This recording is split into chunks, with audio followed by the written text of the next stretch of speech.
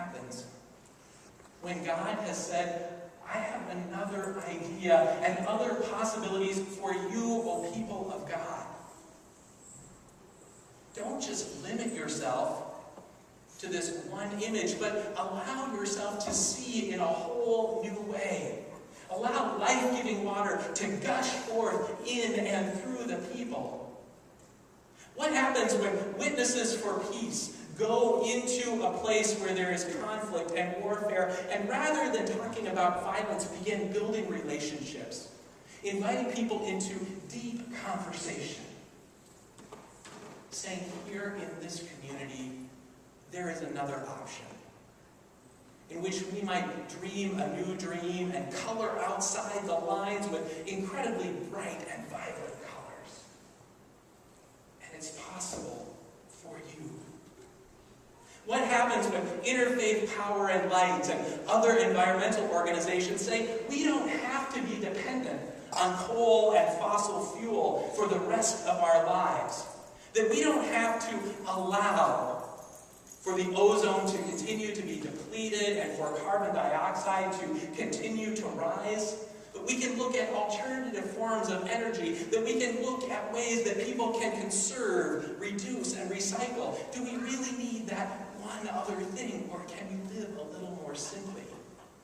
What happens when God's dream invites us into thinking outside the box and doing things in new and incredible ways? What happens when it means taking care of our creatures? Certainly those in our homes, but also those in our oceans, those in the air. What does it mean for us to dream a new and much bigger dream together as a people of God? To see new life breaking forth. I would contend that when we get to the gospel, that's what we have happening. We have these two sons. They've been given a task. One says he's not going to do it. Perhaps it's too hard. Perhaps it's boring. Perhaps he doesn't feel like it. Perhaps he's simply struggling with what it would mean to give up a day of his time. So he says, I'm not going to do it. But something gets to him later on. Changes his mind. Then we have the other son who says, I will do it. I will go. And then completely bows out. Forgets all about it. And Jesus says, which one does the will of God?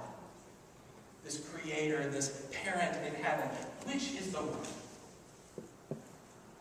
And those in the temple realize it's the former.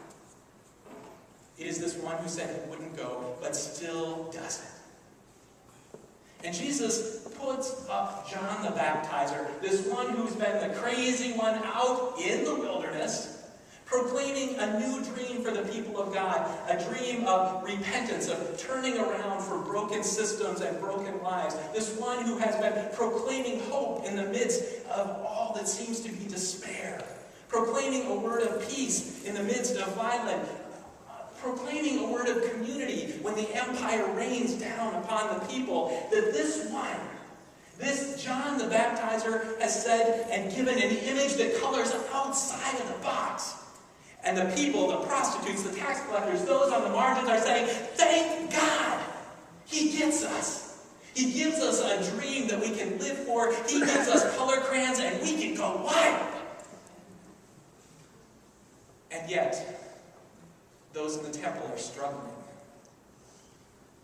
What happens when we color outside the box? What happens when we dare to dream a new dream, when we dare to have hope, when our lives seem a mess? What happens when my heart is breaking and God calls us into a new way of being? What happens when creation is being born and reborn and I'm struggling to see it? It's much easier to limit our possibilities. And Jesus turns to them. And invites them to be like that son, like those children who are willing to live and dream boldly in a new way. So today, I ask you, what dream are you willing to dream? What are you going to do? I need you to get out your color crayons and go to work. Because God in Jesus isn't letting us sit still, isn't allowing us to simply color in the lines and make that red flower with the green stem. But is saying, oh, people of God, I have got a dream for you. Go wild.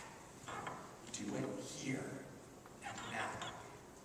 For your sake, for the sake of